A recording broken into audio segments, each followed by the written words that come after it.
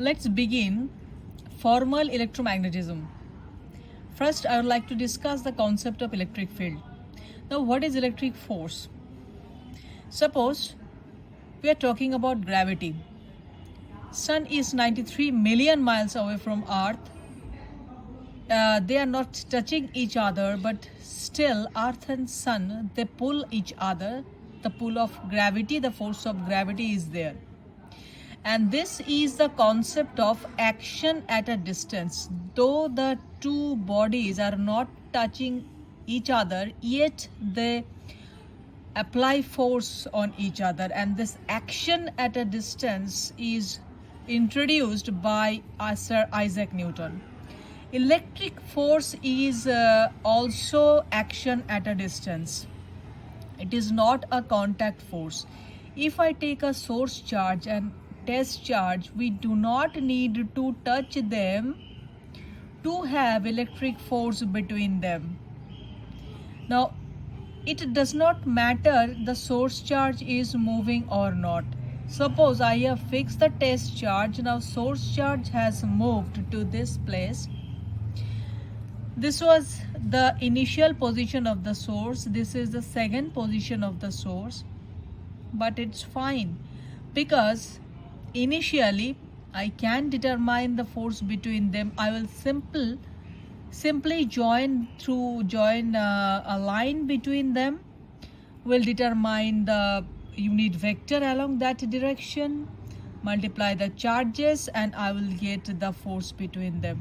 And when the source charge is shifted here, then again I will apply the Coulomb's law, and then I will calculate the force between them for this new position of the source charge.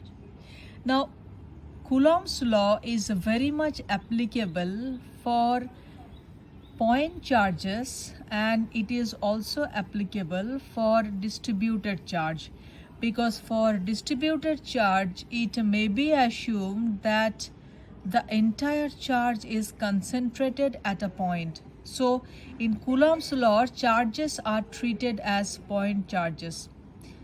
Just like gravity, we may take that entire mass of Earth is concentrated at the center of the Earth. Entire mass of the Sun is concentrated at the center of the Sun. Then we will draw a line. The distance is r square. We will apply the force of gravitation m1 m2 divided by r square. We'll get the gravitational force. The same thing is applied here also. We can assume that charges are point-like. Now, if the source charge is moving, then the immediate question arises that what will be its effect on the test charge. If it started moving at say 5 a.m., will the test charge also start to move at 5 a.m.? The answer is no. There will be a delay. And this delay is very natural between cause and the effect, or action. We may call action instead of effect. So in between cause, the cause is the source charge is moving, and as an action of that, as an effect of that, the test charge has also moved. Now there is a time delay, a finite time delay between the cause and the action. Time delay between the cause, that is the source charge is moving, and the action, the test charge is also moving as the source charge is moving. So the time delay between the cause and the action adheres the concept of electric field. Suppose in free space we call this delay as delta t, and we can easily find out delta t by using our very familiar S equal to Vt formula, where S is the distance, and if we consider that the distance between them is L and C is speed, so we can easily calculate this time delay. Now, how the concept of field is related to this delay is the field produced by some charge is basically an agency which carries the information from source to the test charge to some other location that this source charge is moving. So this source creates a field, and this field of the source exerts a force F on the test in electromagnetic theory. So this process is basically a two-tier system or two-layer system. So role of source charge is to generate the field, and role of the test charge is that because of the presence of the test charge, the manifestation of the field, the existence of the field of the source charge is manifested. So without the test charge, no one will feel that the source charge has a field. So test charge basically tells us that there is a field because of a source charge. Now let's discuss a few characteristics of the field. Suppose we have a source charge here. Now inside a certain region there are some influence imposed by this source charge, and this region of influence is called the field of the source.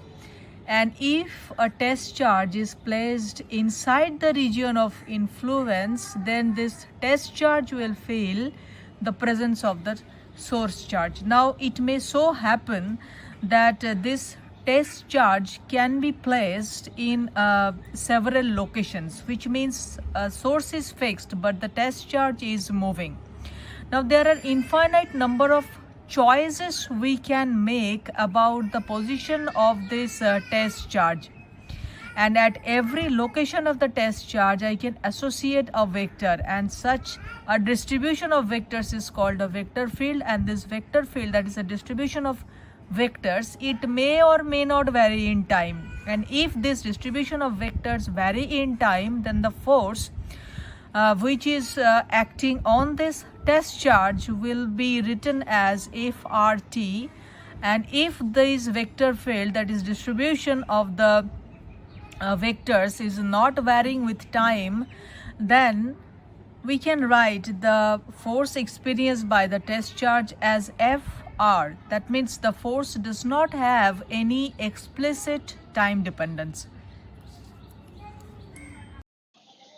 I would like to manifest electric field of leaves when they tremble in the wind in air, they got charged. Insects, when flying through the air, they also get charged. And with this help of the electric field created in the leaves, insects find their way to reach plants.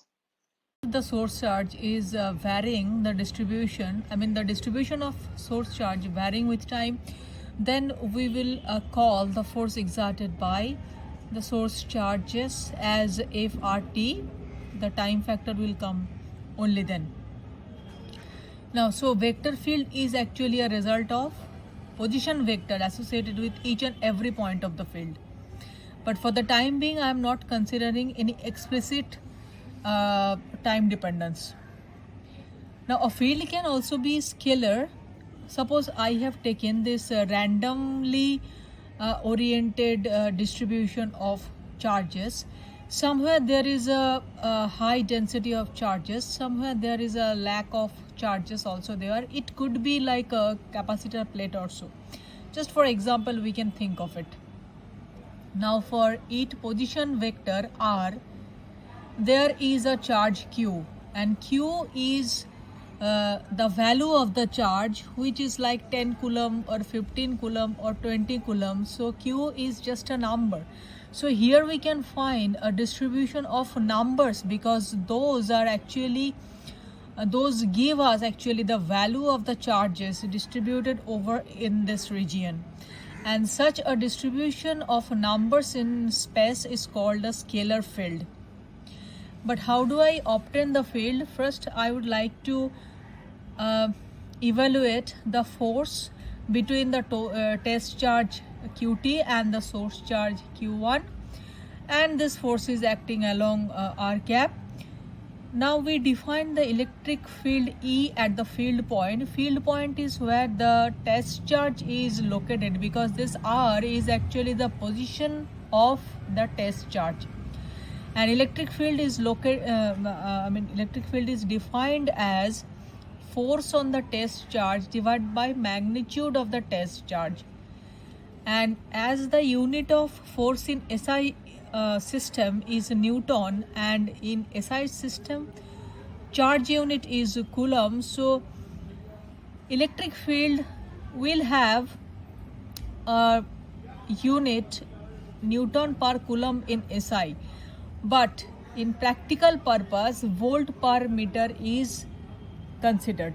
Now what if I try to experimentally find the electric field due to a source charge? Now if I want to find out the electric field due to this source charge Q1, that is influence of this Q1 on this Qt, I need to keep in mind that this Qt is not innocent at all. It has its own electric field, regardless of the fact that Q1 is having its electric field. So there will be an interference of these two electric fields, and if the magnitude of this Qt, that is the test charge, is large enough than this Q1, then this field of Qt will overpower this Q1 and my result will be faulty.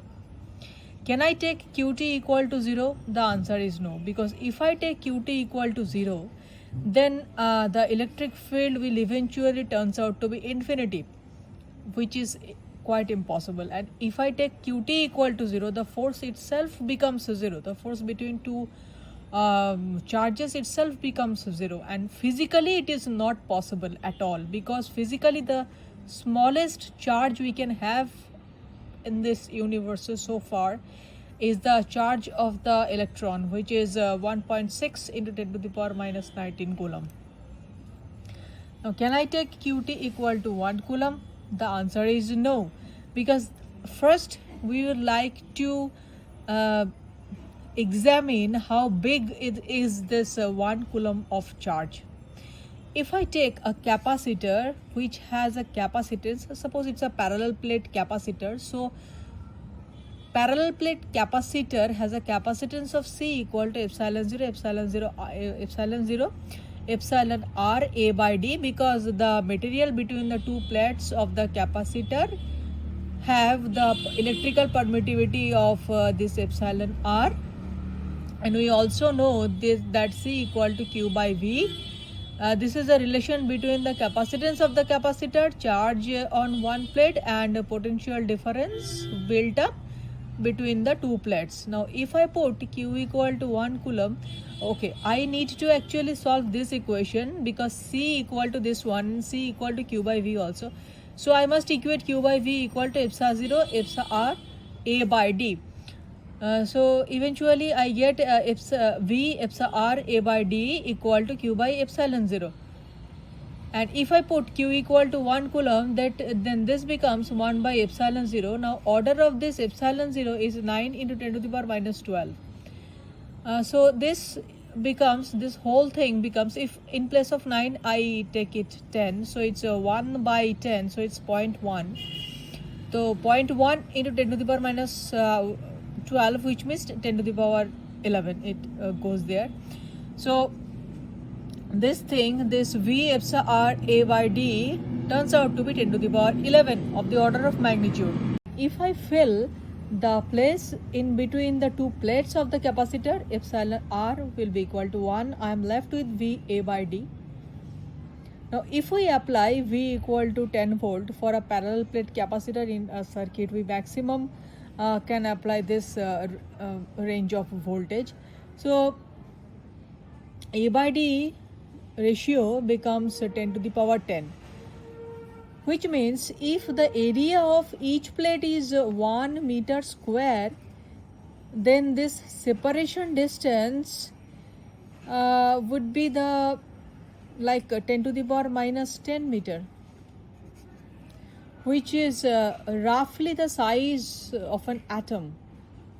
So the separation becomes so small, plates are of having a extremely large area, and this is not plausible at all. You can also calculate the force on the test charge, the field on the test charge due to a lot of source charges, and if there are m number of source charges, then the field will look like this, because we have already divided it by qt, so there is no qt on the denominator, and the direction of the field is this one. R is the field point, R prime is the location. This should be, and when the number of source charges are very much, there are lots of source charges are there, then we will consider the charge distribution as continuous. If it's along a line, we will consider line charge distribution. If it is distributed on a plane or a surface, we will consider surface charge distribution. If it is distributed over a volume, suppose inside a cuboid, then we will consider volume charge distribution, and this integration will be replaced by this summation, the summation will be replaced by integration.